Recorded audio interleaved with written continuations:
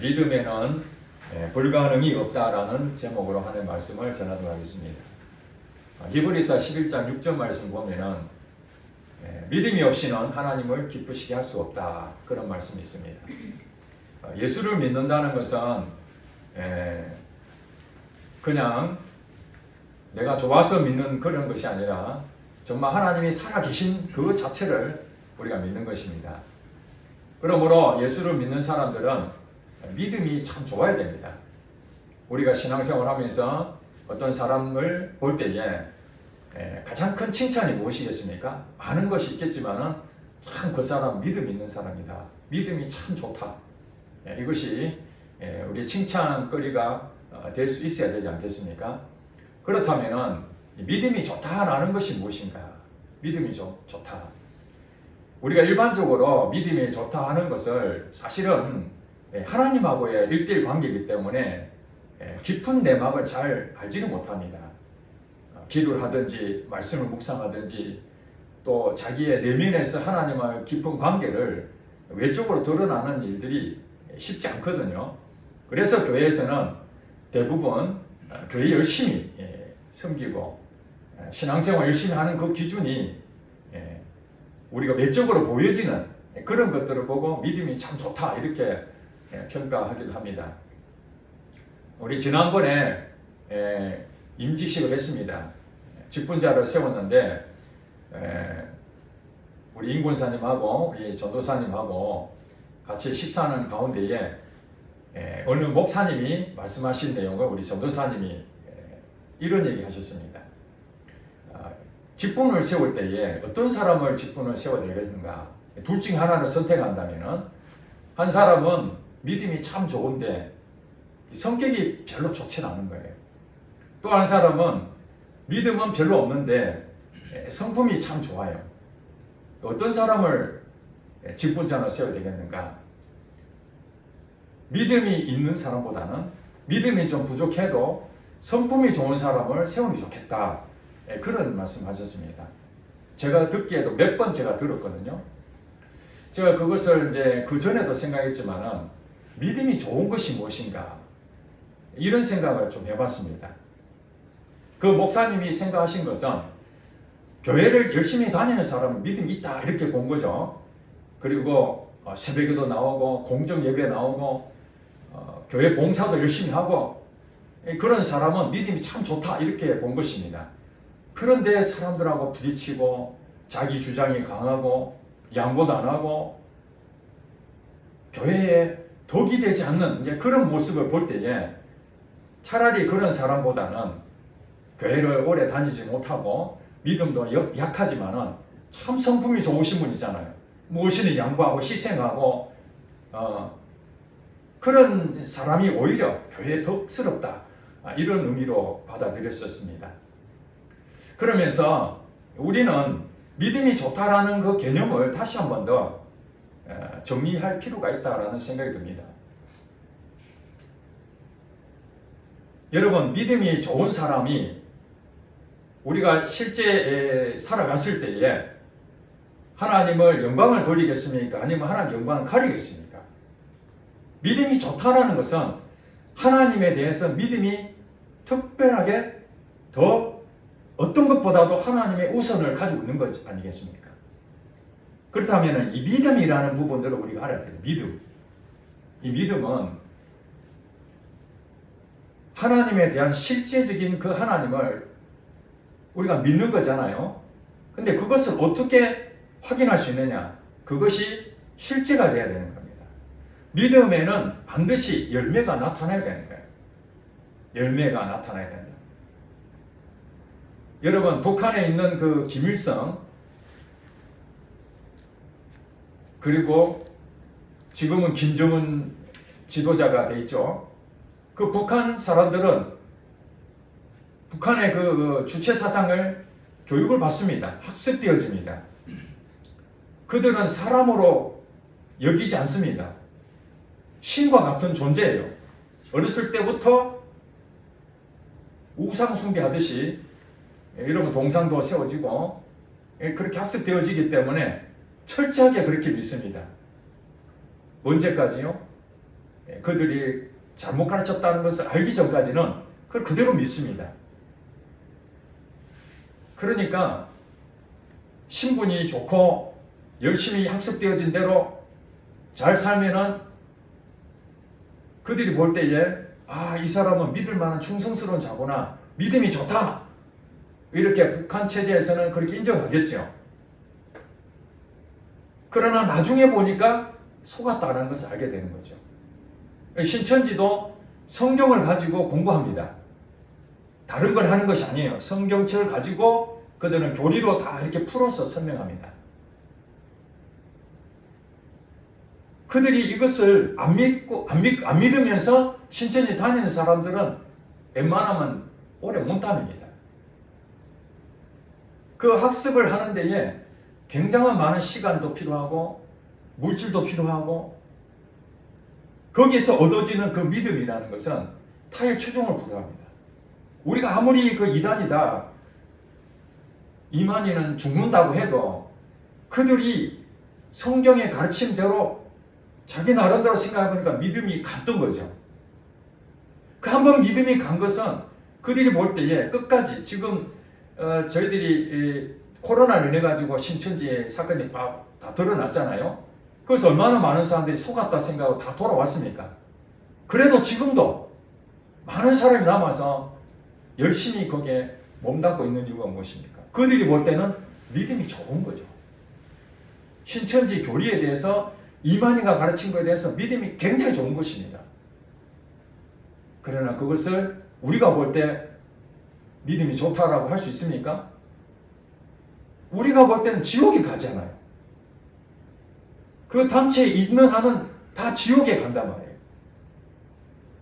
북한 체제에서 그 아무리 출신 성공이 좋고 김일성이가 신과 같은 존재라고 찰떡까지 믿어도 실질적으로 그게 가짜라고 드러나니까 다 탈북하고 그 고위층마저도 다 등 돌리고 돌아오잖아요.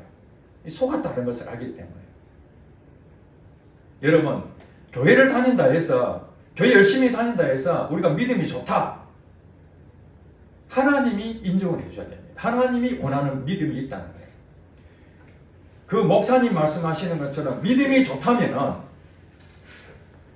우리에 나타나는 것이 하나님 영광이 되어야 되죠.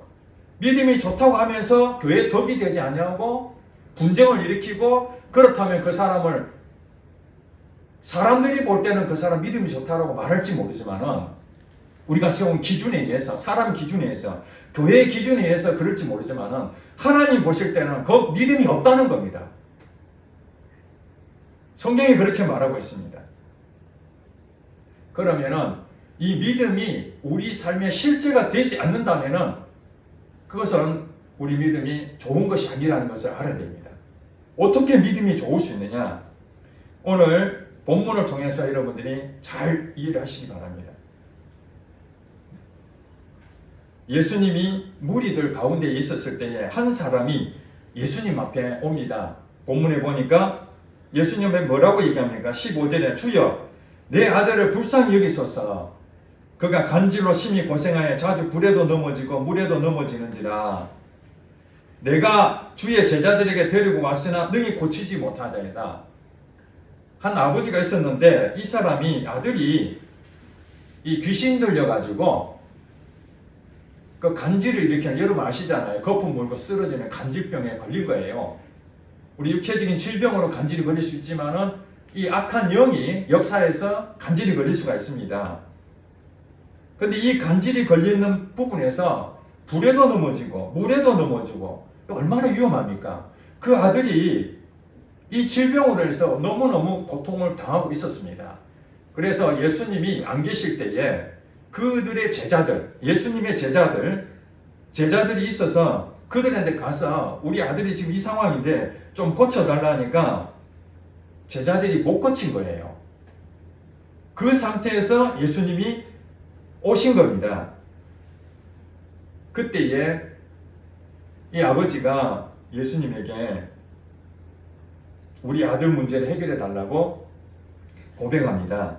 그러니까 17절에 예수님이 뭐라고 대답합니까? 믿음이 없고 패역한 세대야. 내가 얼마나 너희와 함께 있으며 얼마나 너희에게 참으리요. 그를 이리로 데려오라. 이렇게 말씀하십니다. 제일 먼저 말씀하시기를 믿음이 없고 패역한 세대다. 지금 현재 일어나는 모든 일들이 왜 이런 문제에 있어서 염려하고 불안하고 힘든 그런 그 마음을 갖고 있느냐? 믿음이 없다 지금. 현재 상황이 믿음이 없다. 이렇게 하면서 한탄하는 마음으로 그렇게 하시고 예수님이 그 일을 해결해 주는 유일한 분이시잖아요. 그러니까 그 아이를 데리고 오라 했습니다. 18절에 보니까 예수님께서 그 아이에 들어있는 귀신에게 명령하자 그 귀신이 떠나가고 그때로부터 아이가 나아졌습니다. 이때에 제자들이 예수님께 묻습니다. 19절에 우리는 어찌하여 쫓아내지 못하였습니까? 예수님을 계속 쫓아다닌 이 제자들이 자기들은 쫓아내지 못했거든요. 왜 이런 일이 생겼는가? 예수님은 되는데 왜 우리는 못하지? 이런 질문을 했습니다. 그러니까 예수님께서 이렇게 말씀하십니다. 이르시되 너희 믿음이 작은 까닭이니라. 정확하게 말씀하죠. 너희 믿음이 연약하다 지금. 작다. 그렇게 말씀하십니다. 그리고 뭐라고 얘기합니까? 거기에 대해서 이제 왜 너희들이 이 일을 할 수가 없었는지에 대한 말씀하십니다. 진실로 너희에게 이르노니 만일 너희에게 믿음이 겨자씨 한 알만큼만 있어도 이 산을 명하여 여기서 저기로 옮겨지라 하면 옮겨질 것이요 또 너희가 못할 것이 없으리라. 이렇게 말씀하십니다. 앞에 보니까 믿음이 작다 이렇게 말하고 믿음이 겨자씨 한 알만큼만 이렇게 얘기를 했잖아요. 같은 얘기잖아요. 믿음이 작다. 너희들이 믿음이 작다 이렇게 말했는데 예수님께서 너희들이 큰 믿음이 있어야 된다 이렇게 말씀하지 아니하시고 오히려 믿음이 겨자씨 한 알만큼만 있어도 이 산을 명하여 여기서 저기로 옮겨질 하면 옮겨질 것이다. 그리고 못할 것이 없다. 불가능이 없다 이렇게 되는 거죠. 오늘 본문에는 마태복음 17장이지만 이 똑같은 본문이 마가복음 9장에도 나옵니다. 거기도 보면은 믿는 자에게는 능치 못함이 없느니라 이렇게 말했습니다. 믿는 자에게 믿음이 있는 자에게는 불가능이 없다 이렇게 말해요. 오늘 본문 오늘 제목이 무엇입니까? 설교 제목이 믿음에는 불가능이 없다. 믿음에는 불가능이 없다라는 건 여러분 머리에 딱 인식을 해야 됩니다. 믿음하면 불가능이 없다는 겁니다. 이건 제 말이 아니라 오늘 성경 말씀에 지금 그렇게 말하고 있습니다. 그런데 이 믿음이라는 부분에서 지금 앞에 너희 믿음이 작은 까닭이니라 이렇게 제자들이 말씀하신 것은 뭐냐? 믿음이 있다라는 것입니까? 없다라는 것입니까? 없다라는 것입니다. 지금. 왜냐하면 그 뒤에 믿음이 겨자씨 한 알만큼만 있다라는 그게 가정된다면은 여러분 아시다시피 마가복음 4장에 보면은 천국이 어떤 것입니까? 비유할 때에 겨자씨 한 알과 같다. 겨자씨 한 알은 어떤 씨보다 가장 작은 씨라고 설명합니다. 가장 작은 씨인데 나중에 자라서 큰 나무가 된다라는 그 상징적인 의미가 이 겨자씨 한 알입니다. 즉 말해서 이 믿음이 겨자씨 한 알이라는 것은 우리가 볼 때 아이고 이게 뭐야 아무것도 아니잖아 하는 정도의 그 믿음. 처음에는 아주 작은 씨로 생각한 그 믿음이 심겨질 때에 나중에 자라고 큰 나무가 되는 그것이 예수님께서 말씀하시는 믿음의 정리입니다.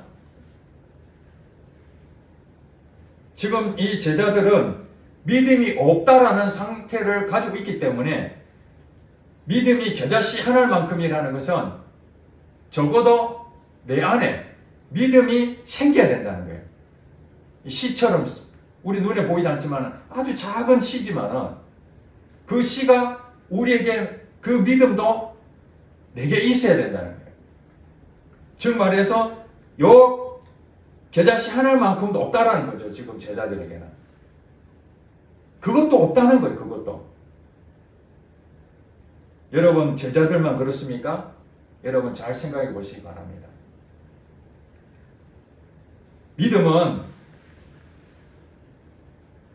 믿음의 반대가 무엇입니까? 불신이죠. 불신. 믿지 않는 것이 불신입니다. 믿음에는 열매가 있는데 하나님을 믿으면 평안이 옵니다. 여러분들이 믿느냐 불신이냐 그걸 여러분들이 찾아보려면 믿음에는 열매가 나타나는데 그것이 여러분의 마음에 평안이 옵니다. 평안이. 이 믿기 때문에 평안이 와요. 여러분 지금 돈이 없어요. 근데 누가 여러분을 후원해주는 사람이 든든한 백이 있으면 평안이 옵니다. 지금 돈이 없는데. 네. 내가 몸에 병이 걸렸어요. 근데 나를 내 병을 잘 아는 100% 치유할 수 있는 주치의가 있다면 평안이 옵니다. 이 믿음에는 평안이 옵니다. 근데 불신에는 염려가 따라 염려, 불안하고 염려가 됩니다. 그러니까 이 불신의 열매는 염려와 불안과 두려움과 이런 것들이 여러분 오는데 언제 그런 일이 생깁니까? 평소에는 그런 일이 없습니다. 병이 없는데 무슨 주치의가 필요합니까? 필요가 없습니다. 돈이 많은데 무슨 돈이 염려가 됩니까? 건강할 때는 아무 문제 없습니다. 여러분 어려울 때 오늘 본문에 얘기한 것처럼 이 산을 명하여 여기서 저기로 옮겨지라 하면 옮겨질 것이요. 여기서 이 산, 예수님 말씀한 이 산이 무엇입니까? 성경에서 말하는 이 산은 뭐냐면 장애물입니다. 우리 인생 가운데에 딱 막혀버리는 거죠. 방법이 없습니다. 여러분 힘으로 안 되는 거예요. 이 산이라는 건. 그런데 예수님께서는 이 산을 명하여 여기서 저기로 옮겨라 해도 그대로 될 것이다 하는 거예요. 여러분 앞에 있는 산이 있는데 그 산을 보고 이 산을 명하여 없어져 하면 없어진다는 그 얘기입니다. 이게 가능한 얘기입니까? 불가능한 얘기죠. 그러니까 여러분 인생 가운데 불가능한 일을 당할 때에 그때 믿음이 필요하다는 겁니다. 불가능한 일이 아닌 여러분이 할 수 있는 일들은 믿음이 필요가 없어요. 여러분이 하면 됩니다. 여러분들이 공부한 대로 시험을 치면 되는 것이고 그런데 내가 아무리 노력해도 취업이 안 되고 아무리 노력해 자격증을 따지를 못하면 불가능하죠. 이 산이잖아요. 그때 여러분들 믿음이 필요하다는 거예요. 그때 믿음이 필요하는 거예요. 오늘 이 아들이 간질병에 걸렸는데 귀신에 이제 의해서 병이 걸렸는데 이거 아버지가 해결할 수가 없는 거예요. 아버지가 아무리 노력해도 안 되는 겁니다. 이게 이제 우리가 말하는 산입니다. 산. 이 아버지에게 산이 생긴 거예요. 이것을 어떻게 할 수 있는 방법이 없습니다. 그때 이 산을 가지고 제자들에 나왔는데 제자들은 이거에 대해서 하나님 예수님을 따르는 제자들이니까 예수님 또 능력을 주셨다니까 자기는 안 되지만은 하나님이 하실 걸 믿어야 되는 거잖아요. 적어도. 아버지는 그럴 만한 능력도 없으니 이 아들 살릴 만한 능력도 없으니까 당연히 어떤 방법을 찾아보겠지만은 제자들 정도는 그래도 예수님을 따르던 제자였으니까 얼마나 많이 봤습니까? 예수님이 병 고치는 것도. 그런데 안 되는 겁니다. 지금 제자들은 예수님을 믿었습니까? 안 믿었습니까? 믿었지요. 그러니까 예수님을 따라다닐 거 아니겠습니까? 3년 6개월 동안에 예수님 곁에서 먹고 자고 했다는 거예요. 저 멀리서 한 번씩 만나는 것이 아니라 일주일에 한 번씩 만나는 것도 아니고 매일 동고동락 했다고요. 그랬는데 그 믿음이 어디 가버렸습니까? 여기 말고 또 다른 그 본문에 보면은 예수님이 배를 타고 갔는데 예수님이 피곤해 주무셨어요. 근데 태풍이 불고 막 그냥 바람이 일어서 배가 물이 막 가득 차니까 제자들이 어떻게 했습니까? 우리 죽었다 이제. 그러면 선생님 제발 우리 좀 살려달라고 막 두려워 떨고 그러지 않습니까? 예수님께서 이 믿음이 없는 자여 어찌 두려워하느냐? 예수님이 계시는데 왜 두려워하느냐 이러면서 바다를 꾸짖고 바람을 꾸짖으니까 잠잠해져 버렸잖아요. 같이 있었던 그 제자들은 지금 어떤 일을 하고 있습니까? 산을 만나면은 제자들도 두려워해버리는 거예요. 믿어야 되는데 불신이 생기게 되는 거죠. 이 불신의 마음, 이걸로 인해서 염려와 불안이 생기는 겁니다. 여러분 인생 가운데 산을 만나게 됩니다. 어떤 사람이든지 산을 만나게 됩니다. 건강이 나빠질 수도 있고, 재정이 파탄이 될 수도 있고, 빚을 질 수도 있고, 사람 관계가 다 무너질 수도 있고, 정말 사랑했던 사람과 헤어질 수도 있고, 이번 이태원 사건처럼 예상치 못했던 그 일을 당했던 유족들을 생각하면 이게 산입니다. 그죠? 방법이 없습니다. 이때 우리의 마음이 다 무너지게 돼 있다고. 다 무너진다고요. 이때 우리에게 질문합니다. 너가 믿음이 있느냐? 이렇게 물어봅니다. 여러분에게. 평소에 물어보는 것이 아니라 정말 어려움을 당하는 그 상황에서 너가 믿음이 있느냐? 이렇게 물어봅니다. 자, 초대교회를 여러분 상상을 해보시기 바랍니다. 그때는 로마 박해가 있습니다. 유대인들에게도 박해를 당합니다. 그들은 사자밥이 될 것이냐 아니면 하나님을 믿고 천국 갈 것이냐 선택의 여지가 없습니다. 믿으면 죽음을 각오해야 되고 안 믿으면 나오면 됩니다.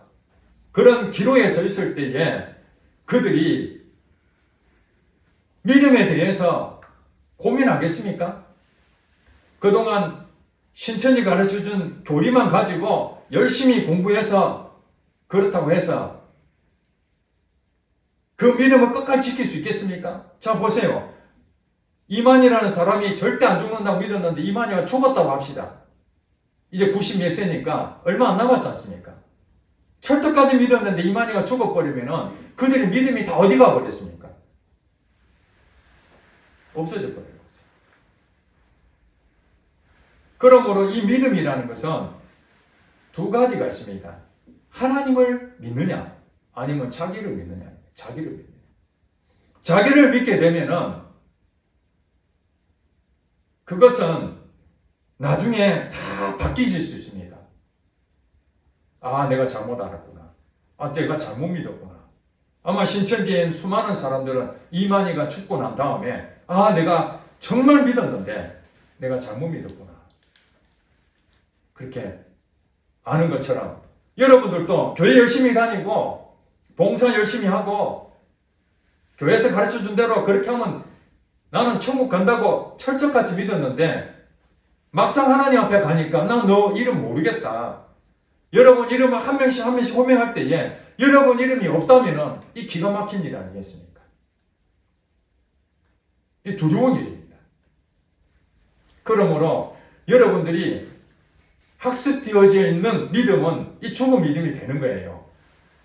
믿음이 좋다 하면서 교회에 덕이 되지 못하고 교회를 분란시키고 성도들을 실족하게 만들고 자기 욕심에 빠져 있다면 그 믿음이 좋은 게 아니라 그 지옥 간다는 거예요. 그래서 이게 실제인지 아닌지는 모르지만은 죽었다가 살아난 사람들의 간증들을 들어보면은 장로님들도 많고 목사님들도 많다는 얘기를 합니다. 여러분 교회 열심히 다니는 사람들이 목사 장로보다 더 열심히 다니는 사람 누가 있겠습니까? 당연히 천국 가야 되죠. 목사 장로 정도 된다면 신앙이 연조도 있고 누가 보더라도 믿음이 좋다라고 판단할 수 있는데도 왜 많은 사람들이 지옥에 가 있다고 그렇게 말하겠습니까? 기가 막힌 일이죠. 이제 우리가 믿음이 좋다는 것은 학습되어져 있는 그것으로 믿음을 증명할 수 있는 게 아니라 여러분 삶 속에서 산을 만났을 때에 여러분 그 산을 만났을 때 여러분 안에 믿음이 있느냐 그걸 봐야 됩니다. 내게 믿음이 있는가? 제가 여러 차례 소개했던 김미진 간사라고 그 사람이 고백하기를 자기는 4대째 고신 장로교 고신 출신이라는 거예요. 4대째. 그리고 어머니를 통해서 수없이 성경을 읽으라 해서 성경을 막 진짜 외우다시피 그렇게 많이 봤습니다. 젊은 나이에 사업을 해서 큰 성공을 했는데 일이 잘못되어서 그 많은 돈을 다 재산을 잃어버리고 빚더미 안게 됩니다. 산을 만난 거예요. 산을. 이 김미진 간사에게 그동안 성경을 수없이 읽었고 교회도 모태신앙이니까 어머니 교육을 해서 철저하게 여러분 고신 알잖아요. 고신, 고수 철저하게 신앙교육을 받았는데 그 재물 다 없어지고 난 다음에 어떤 일이 벌어졌습니까? 자살을 2번이나 기도했습니다. 자살할 생각을 한 게 아니라 자살을 2번이나 기도했다고요. 하나님께서 그 영혼 불쌍해서 살려줬으니까 지금 하나님께 쓰임받고 있지. 만약에 자살 그때 기도에 죽었으면 어떻게 됐습니까? 고신 4대째의 명문 가문이다, 믿음의 가정이 있다 해본들 무슨 의미가 있습니까? 그 믿음이 어디 갔습니까? 믿음이 없어져 버린 거예요. 그 어려움이 오면은 그 믿음이 다 어디 가버려요. 성경에 읽었던 게 하나도 기억이 안 나고 내 인생 자존심 상하고 이래 사람 못 산다. 그 100억을 어떻게 내가 갚냐. 평생 갚아도 안 된다. 나 여기서 끝을 내야 된다. 거기서 승부가 벌어지는 겁니다. 그러니까 우리에게는 믿음이 언제 필요한가?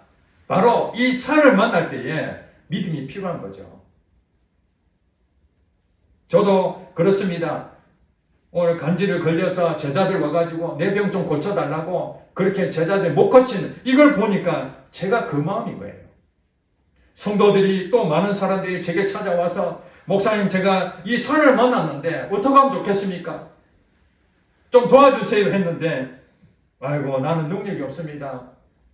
그냥 알아서 하세요. 그렇게 돌려보내겠습니까? 부끄럽잖아요. 그래서 제가 기도하는 게 무엇입니까? 하나님 이 겨자씨 하나만큼의 믿음을 주세요. 겨자씨 하나만큼의 믿음을 주세요. 그래야 저도 예수님에게 찾아왔던 이 삶 때문에 고민한 이 아버지의 마음을 위로한 게 무엇입니까? 그래 힘들지. 이것도 위로되지만 지금 간질로 고생하는 이 아이가 아픈데도 그래 힘들지. 그리고 돌려보내는 게 위로가 되겠습니까? 아버지가. 위로가 안 될 겁니다. 그 아이를 고쳐주는 것이 위로죠. 진짜. 저는 그 마음이 있는 거예요. 하나님 나도 이 제자와 똑같지 않습니까? 지금 성도들이 몸이 아프다 그러면 그 병이 나아야 되지 않겠습니까? 하나님 이 겨자씨만한 믿음이 필요합니다.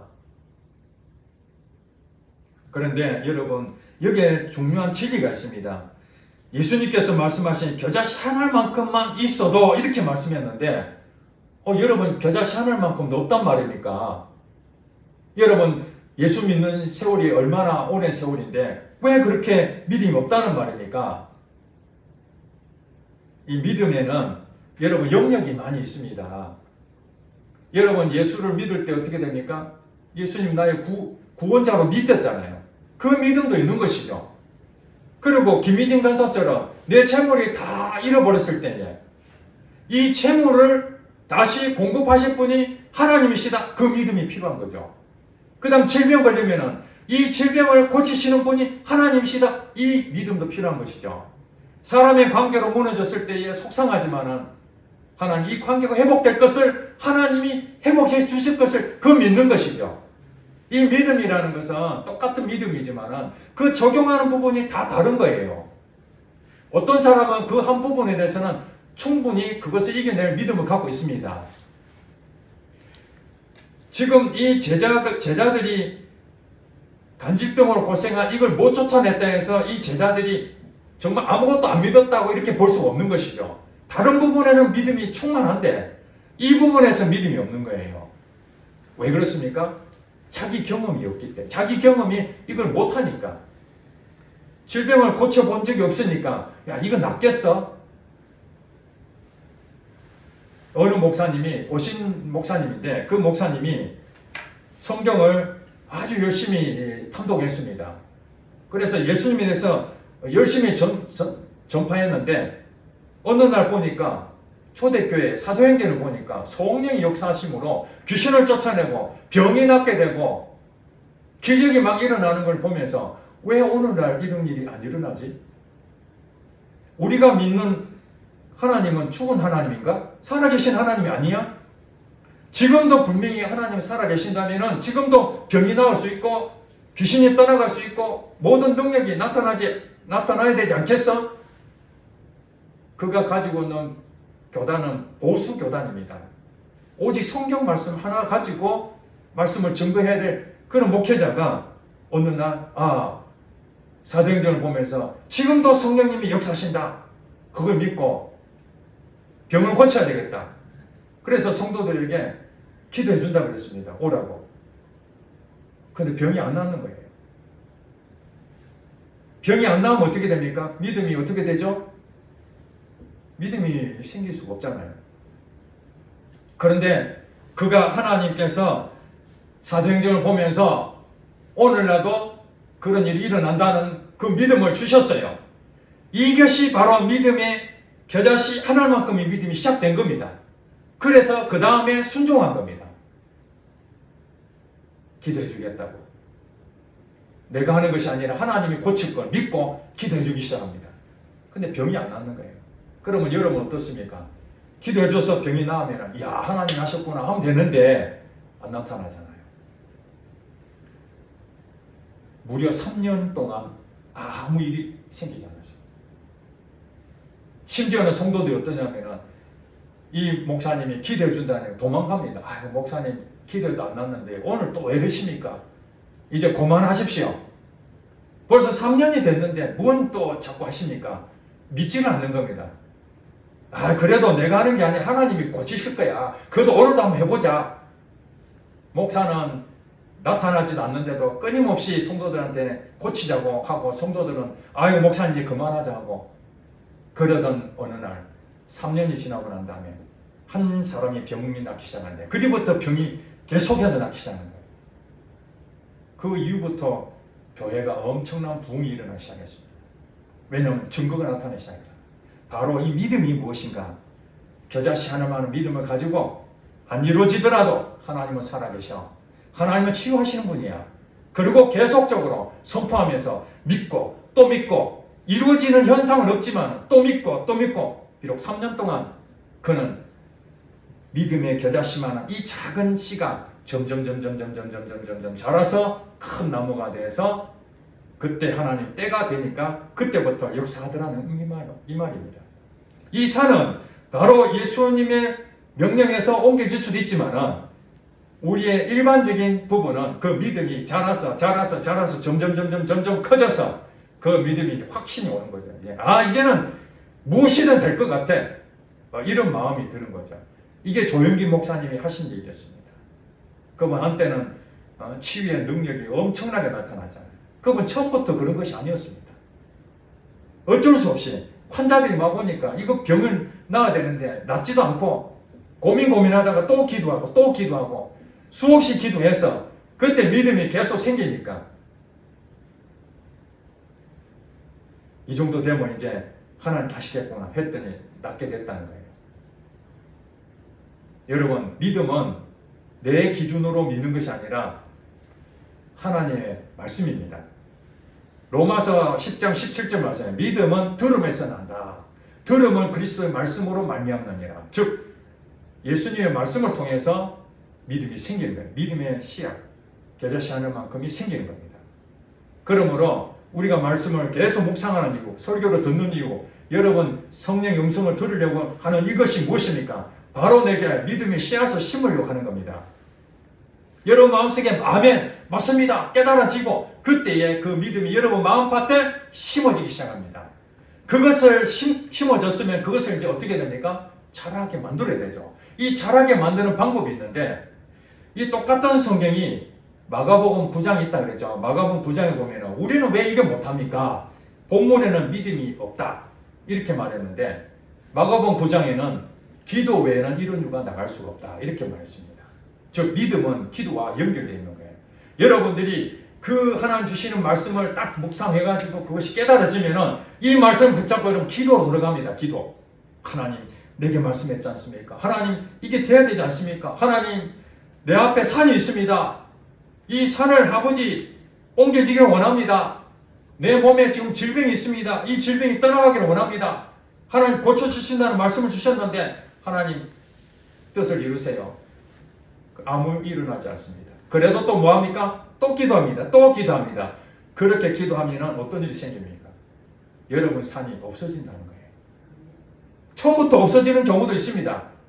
예배라는 것이 있으니까요. 하나님 특별한 은총으로 단번에 끝날 수 있습니다. 그러나 일반적으로는 이 믿음은 겨자씨 하나만큼이 되는데 거기서부터 여러분들이 계속 기도하고 구하고 그래도 기도하고 안 돼도 또 하고 하다 보면은 어느 날 여러분들이 마음에 평강이 오고 이건 질병 하나님께서 허락하시.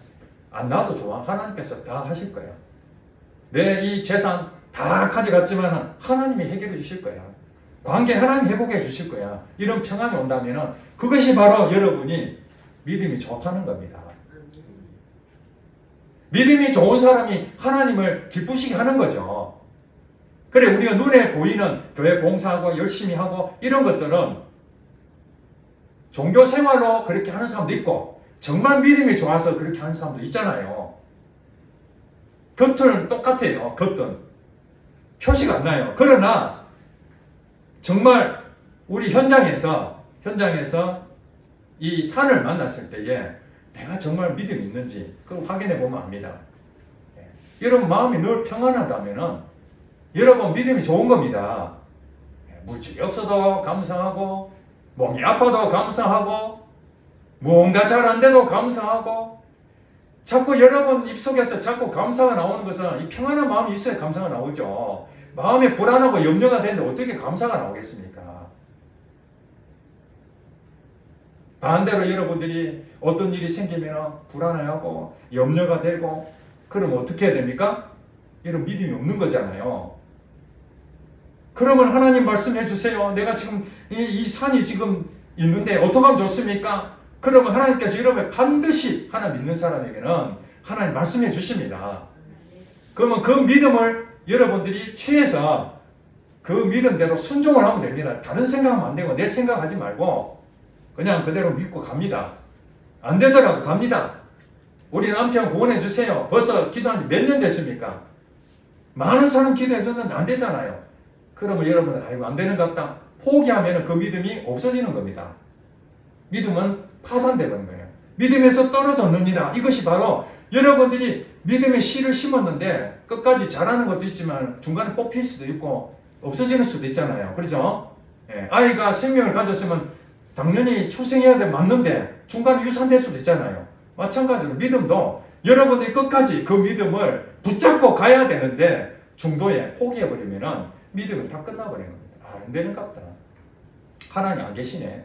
그 교회 떠나버리고 하나님 원망하고 이런 일이 생기는 거죠. 우리는 뭐냐? 믿음에는 불가능이 없다. 그래서 성경에 보면은 말씀과 기도를 왜 그렇게 강조하느냐? 이 말씀이 있어야 우리 믿음이 생기는 거고 또 이 믿음이 생겨야 거기에 대한 능력이 생기는 거예요. 능력. 이 믿음이 없으면 아무것도 할 수가 없어요. 그리고 이 믿음에 대한 영역이 많이 있다 그랬잖아요. 나는 이 부분에 대해서는 자신이 있는데 이 부분이 약해. 그 부분에 대한 여러분 믿음이 없다는 거잖아요. 그러면 그 부분에 대해서 하나님 앞에 하나님 이 부분에 내가 믿지 못합니다. 하나님 도와주세요.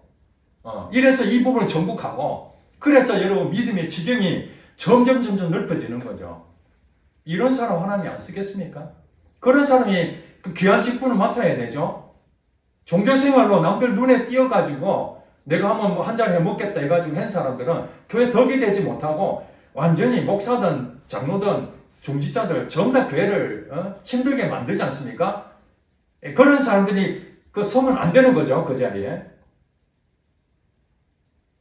그래서 사도행전을 보면은 초대교회에 성도들이 늘어나니까 중직자를 세워야 되는데 어떤 사람을 세웠습니까? 성령과 지혜가 충만한 사람을 세웠습니다. 그 뒤에 보니까 이렇게 나옵니다. 믿음과 성령이 충만한 자 이렇게 또 말합니다. 7 집사를. 자 그러니까 성령 충만은 믿음 충만이요. 믿음 충만은 지혜 충만이요. 은혜 충만이요. 믿음이 좋다는 것은 여러분 성령 충만하다는 겁니다. 은혜가 충만하다는 것입니다.